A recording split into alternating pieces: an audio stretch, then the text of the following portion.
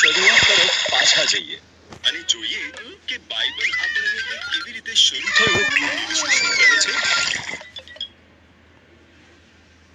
શરૂઆતમાં ઈશ્વરે આકાશ અને પૃથ્વી બનાવ્યા.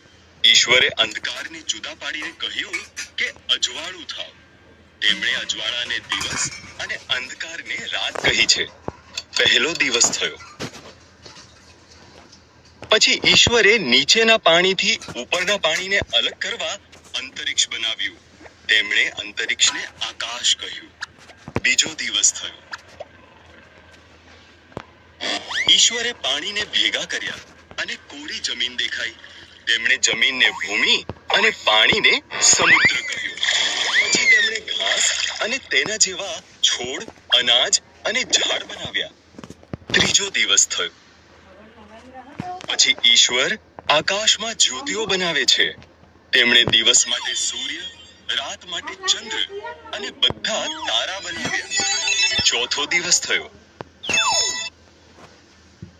ઈશ્વરે પાણીમાં માછલીઓ તરતી મૂકી અને આકાશમાં પક્ષીઓ ઉડતા કર્યા. તેમણે તેમને કહ્યું, બચ્ચાઓ પેદા કરો. આખી દુનિયાને સંગીતથી અને આનંદ ઉત્સવના છાટણાથી ભરી દો. પાંચમો દિવસ થયો. પછી ઈશ્વરે પ્રાણીઓ બનાવ્યા. તેમણે ખેતરના પ્રાણીઓ, જંગલી પ્રાણીઓ અને એવા પ્રાણીઓ બનાવ્યા જે જમીન પર સરકીને ચાલે. ફક્ત એક બીજી વસ્તુ બનાવવાની છે.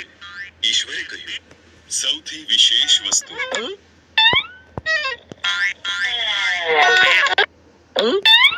તેથી તેમના સ્વરૂપ અને પ્રતિમા પ્રમાણે ઈશ્વરે પુરુષ અને સ્ત્રી બનાવ્યા.